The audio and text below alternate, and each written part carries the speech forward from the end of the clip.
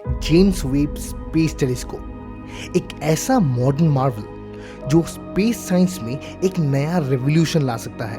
अब तक आप लोगों को पता चल ही गया है कि ये जेम्स वेब स्पेस टेलीस्कोप आखिर है क्या। हबल टेलीस्कोप से हम आज तक स्पेस में जितना भी दूर देख पाए थे, इससे बहुत दूर जो कि हमने कभी सोचा भी नहीं था, उसको भी देख पाएंगे।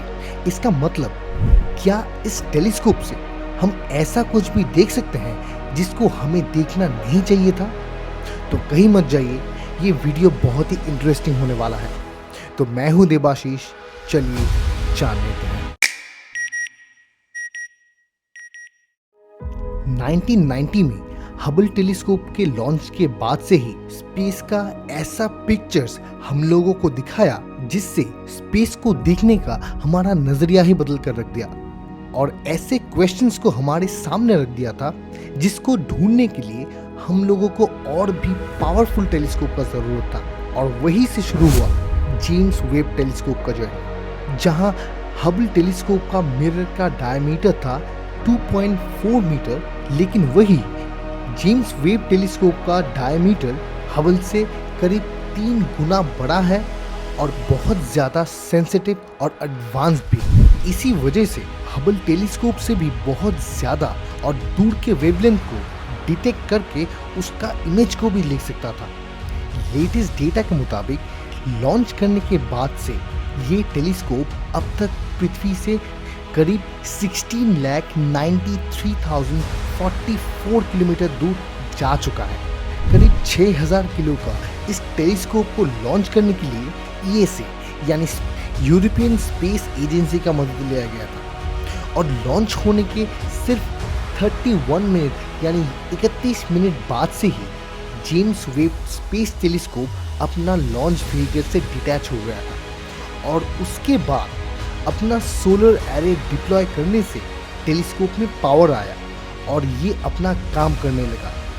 3 दिन तक ये ऐसा ही चलता गया, और लॉन्च के 3 दिन बाद ये अपना सनशील्ड पैलेट को डिप्लॉय किया, और उसके बाद सनशील्ड को भी डिप्लॉय कर दिया गया जो कि इसको सन की हीट से बचाएगा।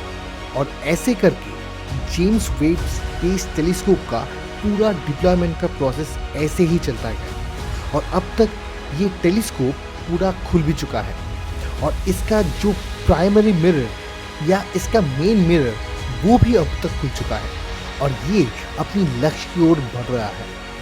सन की हीट और उसके रेडिएशन से बचने के लिए ये पृथ्वी से करीब 16 लाख किलोमीटर के दूरी पर L2 पॉइंट में ऑर्बिट करता रहेगा, और अब तक ये L2 पॉइंट में पहुंच भी गया है, और ये अभी सन का ऑर्बिट कर रहा है। लेकिन इसका ऑर्बिट ऐसा है कि इसमें हमेशा पृथ्वी का ग्रेविटेशनल इन्फ्लुएंस भी बना रहेगा। पृथ्वी और सन के ग्रेविटी पुल की वजह से ये टेलीस्कोप बहुत ही कम फ्यूल और अपने थ्रस्टर से ही अपने ऑर्बिट में बना रहेगा।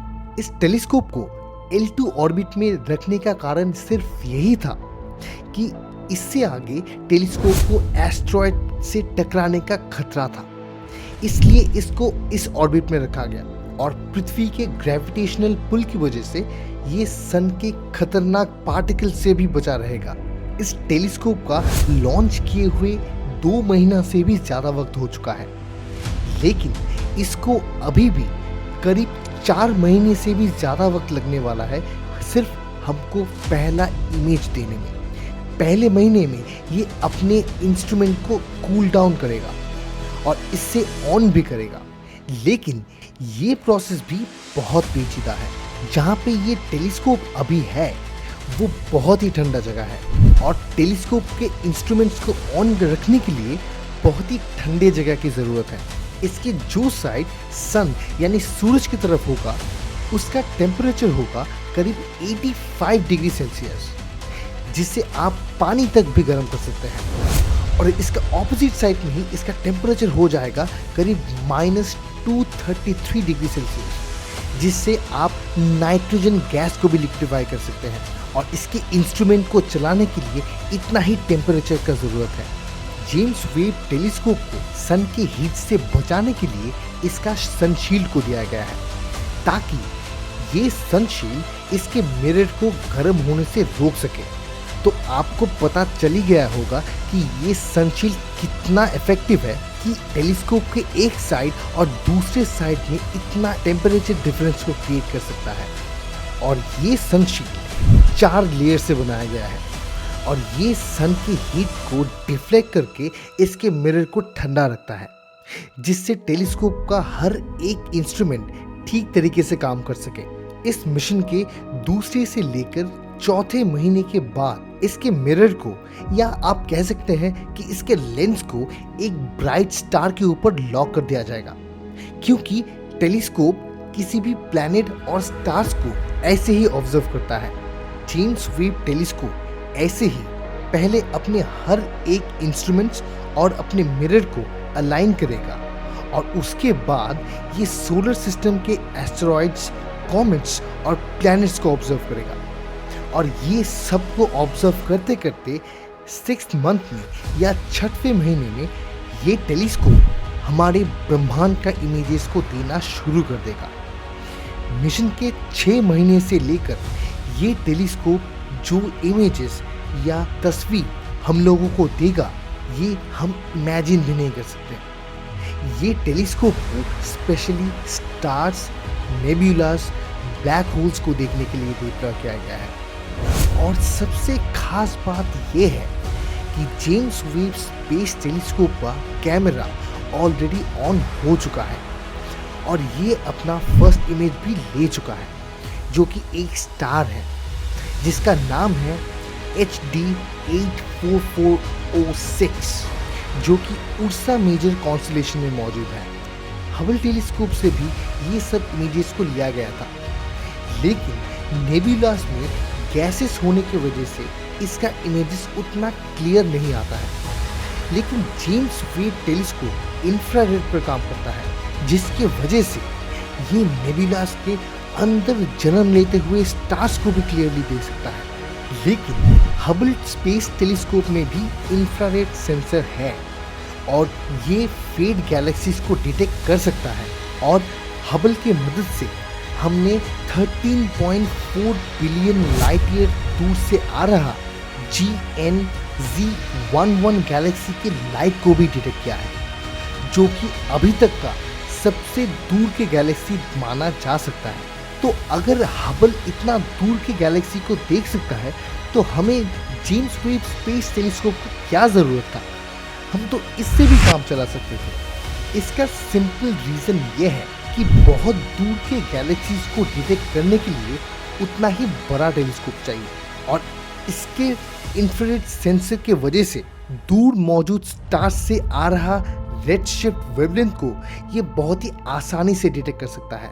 सिंपली समझे, जेम्स वेब टेलीस्कोप का कैमरे का रेजोल्यूशन हबल के मुकाबले बहुत ही ज़्यादा है, इसलिए ये बहुत ही क्लियर इमेज को ले सकता है। जहां हबल 13.4 लाइट ईयर्स के दूर का देख सकता है, वही James Webb telescope big bang के सिर्फ 10 करोड़ साल के बाद का इमेज भी ले सकता है। इससे हम हमारे यूनिवर्स को और भी अच्छे तरीके से देख पाएंगे, और ब्लैक होल की जो ब्लरी इमेज हबल ने हमको दिया था, उससे भी बहुत ज़्यादा क्लियर इमेज हम जेम्स वेब टेलीस्कोप से देख पाएंगे।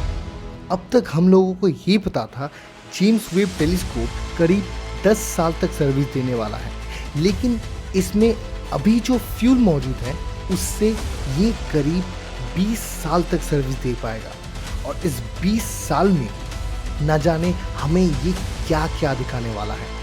इतने सालों से हबल ने 13.4 बिलियन लाइट ईयर्स का इमेज हम लोगों को दिखाया, लेकिन ये टेलीस्कोप इन सब को सिर्फ 1 घंटे के अंदर ही दिखा देगा, और उसके बाद ये हमें और क्या दिखाएगा इसका कल्पना भी हम नहीं कर सकते। और मैं तो उस दिन का वेट ज़रूर करूँगा। तो आज के लिए बस इतना ही। आशा करता हूँ आप लोगों को ये वीडियो पसंद आया होगा। अगर ऐसा है तो इस वीडियो को लाइक ज़रूर कीजिए। अगर आप इस चैनल पर नए हैं तो इस चैनल को सब्सक्राइब ज़रूर कीजिए और उस बेल आइकन को ज़रूर दबाएं, तो मिलते हैं साइंस के किसी और एक इंटरेस्टिंग टॉपिक के साथ नेक्स्ट एपिसोड में साइंस स्कूप के साथ।